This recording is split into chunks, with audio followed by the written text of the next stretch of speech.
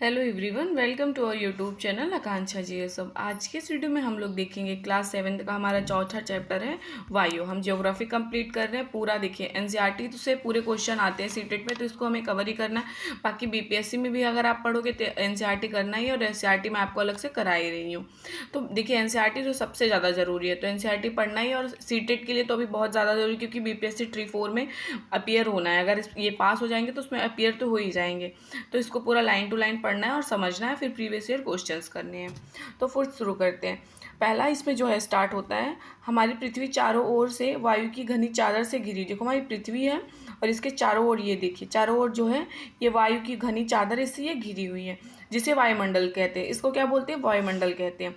पृथ्वी पर सभी जीव जीवित रहने के लिए वायुमंडल पर निर्भर हैं। देखो हम लोग भी तो है ना।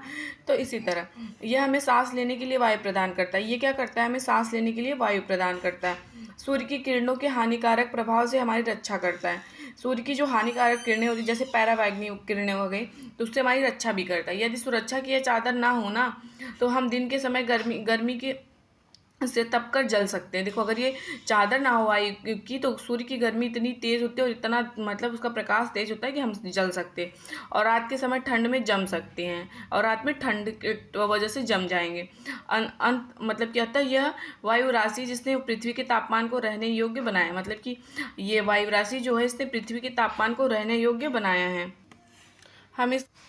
हम इसको भी जानते हैं, कार्बन डाइऑक्साइड वायुमंडल में फैलकर पृथ्वी से विकिरित ऊष्मा को पृथ्वी पर रोककर ग्रीन हाउस प्रभाव पैदा करती है, इसलिए इसे ग्रीन हाउस गैस कहते हैं। और इसके अभाव में धरती इतनी ठंडी हो जाती है कि इस पर रहना असंभव होता है। किंतु जब कारखानों एवं कार के धुएं से वायुमंडल में इसका स्तर बढ़ता है, तब इस ऊष्मा के द्वारा पृथ्वी का तापमान बढ़ता है। इसे भूमंडलीय तापन कहते हैं, जिसको ग्लोबल वार्मिंग बोलते हैं। तापमान में इस वृद्धि के कारण पृथ्वी के सबसे ठंडे प्रदेश में जमी हुई बर्फ पिघलती है, जिसके परिणाम स्वरूप समुद्र के जल स्तर में वृद्धि होती है, जिससे तटीय क्षेत्रों में बाढ़ आ जाती है। दीर्घ अवधि में इसके कारण जलवायु में अत्यधिक परिवर्तन हो सकता है, जिसके फलस्वरूप कुछ पौधे एवं पशु लुप्त हो सकते हैं। अब हम वायुमंडल का संगठन देखते हैं। क्या आप जानते हैं जिस वायु का उपयोग हम सांस के लिए करते हैं, वास्तव में अनेक गैसों का मिश्रण है। मतलब कि जिस वायु का हम हवा का यूज़ करते हैं सांस लेने के लिए, वो अनेक गैसों का मिश्रण है। नाइट्रोजन तथा ऑक्सीजन ऐसी दो गैसें जिनसे वायुमंडल का बहुत बड़ा भाग बना है। नाइट्रोजन और ऑक्सीजन जैसी दो और सारी गैसें, लेकिन इसमें सबसे ज़्यादा नाइट्रोजन पाए जाते हैं और ऑक्सीजन। फिर अन्य गैसें जैसे कार्बन डाइऑक्साइड हो गए, हीलियम, ओजोन, आर्गन एवं हाइड्रोजन की एक कम मात्रा में पाई जाती है। इन गैसों के अलावा धूल के छोटे छोटे कण भी हवा में मौजूद होते हैं। ये चित्र हम आपको दिखाते हैं, ये देखिए। सबसे पहले आप याद रखिएगा नाइट्रोजन कितना परसेंट होता है, आपको यही मिलाने के लिए दे देता है। तो नाइट्रोजन 78% होता है और ऑक्सीजन 21%, और कार्बन डाइऑक्साइड जो है 0.03% और आर्गन 0.93%, और बाकी अन्य सभी गैसें होती हैं। देखिए जिसमें वायु के विभिन्न संगठनों को दर्शाया गया। ये मैं आप चित्र को देख लीजिएगा। नाइट्रोजन वायु में सर्वाधिक पाई जाने वाली गैस है। सबसे ज़्यादा नाइट्रोजन पाया जाता है, 78% पाया जाता है। जब हम सांस लेते हैं तब फेफड़ों में कुछ नाइट्रोजन भी ले जाते हैं और फिर उसे बाहर निकाल देते हैं, परंतु पौधे को अपने जीवन के लिए नाइट्रोजन की आवश्यकता होती है। देखिए यार, मैं आपको पूरा एनसीईआरटी तो कराती हूँ, लेकिन आप लोग वीडियो को लाइक नहीं करते, शेयर भी नहीं करते, चैनल को सब्सक्राइब भी नहीं करते। इतना तो आप कर सकते हो ना। वे सीधे सीधे वायु से नाइट्रोजन नहीं ले पाते। वो क्या करते हैं? सीधे वायु से नाइट्रोजन नहीं ले पाते हैं। मृदा तथा कुछ पौधों की जड़ों में रहने वाले जीवाणु वायु से नाइट्रोजन लेकर इसका स्वरूप बदल देते हैं, जिससे पौधे इसका उपयोग कर सकें। ऑक्सीजन, देखो ऑक्सीजन वायु में प्रचुरता से मिलने वाली दूसरी गैस है। देखो सबसे ज़्यादा नाइट्रोजन फिर ऑक्सीजन पाया जाता है, 21%। मनुष्य तथा पशु सांस लेने में वायु ऑक्सीजन प्राप्त करते। देखो मनुष्य हो गए चाहे पशु हो गए, ये सांस लेने में वायु से ही तो ऑक्सीजन प्राप्त करते हैं। अगर हमें ऑक्सीजन नहीं मिलेगा तो हमारे तो दम घुट जाएगा ना। हरे पादप प्रकाश संश्लेषण द्वारा ऑक्सीजन उत्पन्न करते हैं। इस प्रकार वायु में ऑक्सीजन की मात्रा समान बनी रहती है। यदि हम वृक्ष काटते हैं तो यह संतुलन बिगड़ जाता है। देखो वृक्ष वगैरह नहीं काटना चाहिए, जो पेड़ होते हैं। कार्बन डाइऑक्साइड अन्य महत्वपूर्ण गैस है। देखो कार्बन डाइऑक्साइड जो है वो अन्य महत्वपूर्ण गैस है। हरे पादप अपने भोजन के रूप में कार्बन डाइऑक्साइड का प्रयोग करते हैं और ऑक्सीजन वापस देते हैं। मनुष्य और पशु कार्बन डाइऑक्साइड बाहर निकालते हैं, और मनुष्यों तथा पशुओं द्वारा बाहर छोड़ी जाने वाली कार्बन डाइऑक्साइड की मात्रा पादपों द्वारा प्रयोग की जाने वाली गैस के बराबर होती है। जिससे यह संतुलन बना रहता है, परंतु यह संतुलन कोयला तथा खनिज तेल आदि ईंधनों के जलाने से गड़बड़ा जाता है। वे वायुमंडल में प्रतिवर्ष करोड़ों टन कार्बन डाइऑक्साइड की बढ़ोतरी करते हैं। परिणाम स्वरूप कार्बन डाइऑक्साइड का बढ़ा हुआ आयतन पृथ्वी पर मौसम तथा जलवायु को प्रभावित करता है। इसको हम लोग देख लेते हैं। जब वायु गर्म होती है तो ये फैलती है, जब वायु जो होता है गर्म होती है तो ये फैलती है और हल्की होकर ऊपर उठती है। ठंडी वायु संघनन और भारी होती है, इसलिए हमें इसमें नीचे रहने की प्रवृत्ति होती है। गर्म वायु के ऊपर उठने पर आसपास के क्षेत्रों में ठंडी वायु रिक्त स्थान को भरने के लिए वहाँ आ जाती है। इस प्रकार वायु चक्र चलता रहता है। ये वायु चक्र के बारे में था। वायुमंडल की संरचना, यहाँ से सबसे ज़्यादा क्वेश्चन आता है। हमारा वायुमंडल देखो 5 परतों में विभाजित है, हमने पहले ही पढ़ चुका है। वायुमंडल हमारा कितने परतों में विभाजित है? 5। सबसे पहले आपको पता है पृथ्वी से आरंभ, मान लीजिए हमारी पृथ्वी हो गई और यहाँ से आरंभ होता है कौन सा है, आपको मिलाने के लिए ही दे देगा कि सबसे पहले कौन आता है। दूसरा, हर बार ये क्वेश्चन आता है। सबसे पहले क्षोभ मंडल आता है, फिर समताप मंडल आता है, फिर मध्य मंडल, फिर वायुमंडल, फिर बहिर्मंडल। याद रखिएगा, सबसे पहले क्षोभ मंडल याद रख लीजिएगा और समताप मंडल, फिर मध्य मंडल याद रख लीजिएगा। क्षोभ मंडल के बारे में देखो क्या क्या आता है। यह परत वायुमंडल की सबसे ऊंची सबसे महत्वपूर्ण परत है। इसकी औसत ऊंचाई 13 किलोमीटर है। इसकी औसत ऊंचाई कितनी है? 13 किलोमीटर। हम इसी में मंडल में मौजूद वायु से सांस लेते हैं। आपसे ये भी पूछ लेगा कि हम कौन से मंडल में मतलब जो मौजूद है वायु उसमें सांस लेते हैं, तो क्षोभ मंडल है। और एक बहुत इंपॉर्टेंट है, ये भी पूछता है मौसम की लगभग सभी घटनाएं जैसे वर्षा, कोहरा, ओला वर्षा कौन से परत के अंदर होती है, तो क्षोभ मंडल के अंदर ही होती है। इसको याद रखिएगा। अब उसके बाद आता है हमारा दूसरा समताप मंडल। क्षोभ मंडल के ऊपर का भाग समताप मंडल कहलाता है। यह लगभग 50 किलोमीटर की ऊंचाई तक फैला है। यह परत बादलों एवं मौसम संबंधित घटनाओं से लगभग मुक्त होती है। इसके फलस्वरूप यहाँ की परिस्थितियाँ हवाई जहाज उड़ाने के लिए आदर्श होती है। समताप मंडल की एक महत्वपूर्ण विशेषता यह है कि इसमें ओजोन गैस की परत होती है। यह परत सूर्य से आने वाली हानिकारक गैसों से हमारी क्या करती है? रक्षा करती है। देखो सबसे पहला क्वेश्चन आपसे यहाँ ये पूछेगा कि ओजोन जो है यह परत सूर्य से आने वाली जो हानिकारक गैस ये होती हैं, कौन रक्षा करता है? ओजोन गैस किस में पाया जाता है? तो समताप मंडल में। हवाई जहाज उड़ने की प्रवृत्ति किस में होती है? तो समताप मंडल। ये याद रखिएगा, इसके बारे में इतना याद रखना है। अब मध्य मंडल, यह वायुमंडल की तीसरी परत, यह समताप मंडल के ठीक ऊपर होती है। यह समताप मंडल के ठीक ऊपर होती है। यह लगभग 80 किलोमीटर की ऊंचाई तक फैली होती है। अब आपसे ये क्वेश्चन पूछ लेगा, ये हर बार आता है, कुछ ना कुछ इसमें से देता ही है। अंतरिक्ष से प्रवेश करने वाले उल्कापिंड इसी, मतलब आपसे ये पूछेगा उल्कापिंड कौन से मंडल में का हिस्सा है, तो मध्य मंडल का हिस्सा है। तो इसका राइट आंसर ऑप्शन यही लगाइएगा, मध्य मंडल। अब वायुमंडल क्या होता है? अब वायुमंडल से क्या पूछ लेगा? वायुमंडल में बढ़ती ऊंचाई के साथ तापमान अत्यधिक तीव्रता से बढ़ता। आयन मंडल इस परत का एक भाग है। आयन मंडल क्या है? इस परत का एक भाग है।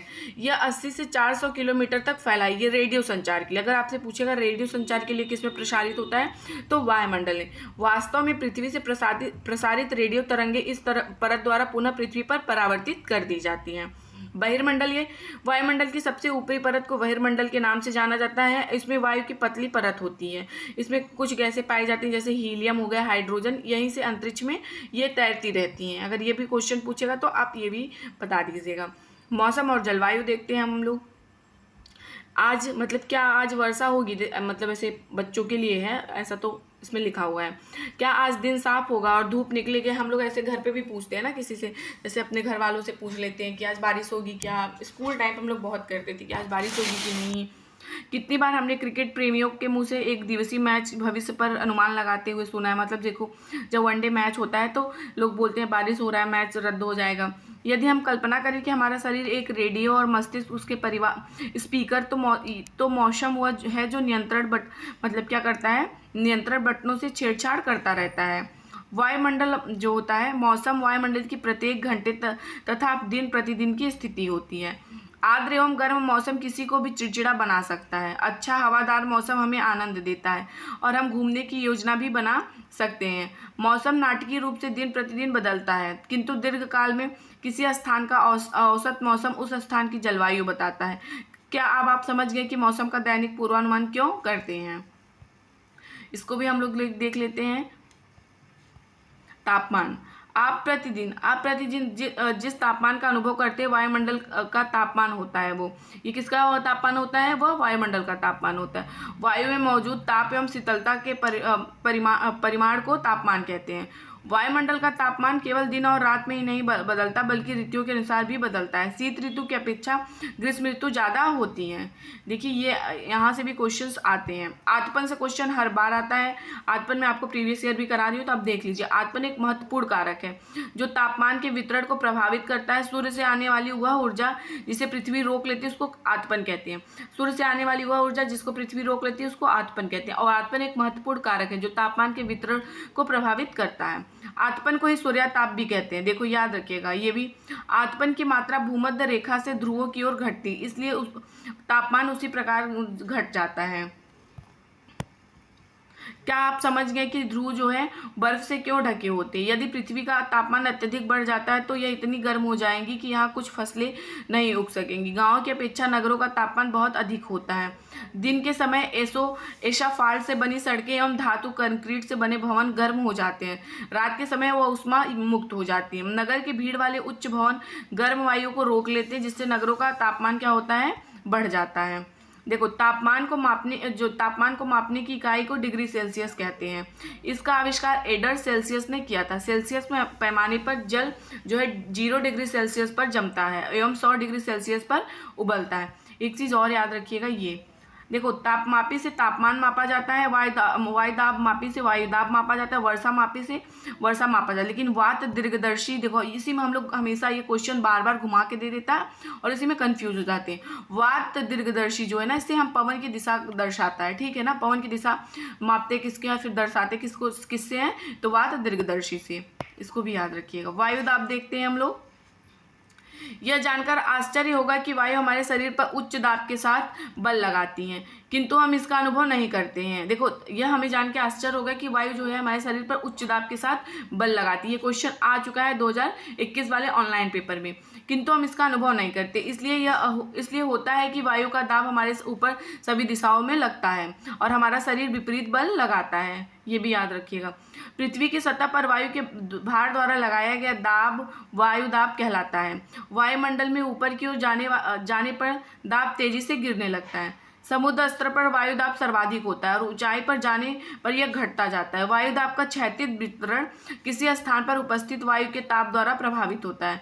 अधिक तापमान वाले क्षेत्र में वायु गर्म होकर ऊपर उठता है। यह निम्न दाब क्षेत्र बनाता है। क्या बनाता है? यह निम्न दाब क्षेत्र बनाता है। निम्न दाब बादल युक्त आकाश एवं नम मौसम के साथ जुड़ा होता है। कम तापमान, देखो कम तापमान वाले क्षेत्रों की जो वायु होती है वो ठंडी होती है। इसके फलस्वरूप यह भारी होती है। भारी निमज्जित होकर उच्च दाब क्षेत्र बनाती है। उच्च दाब के कारण स्पष्ट एवं स्वच्छ आकाश होता है। वायु सदैव उच्च दाब क्षेत्र से निम्न दाब की ओर गमन करती है। एक क्वेश्चन आपसे हमेशा पूछेगा वायु के किस तरफ से मतलब चलती है, तो उच्च दाब से होकर निम्न दाब की ओर चलती है। पवन देख लेते हैं।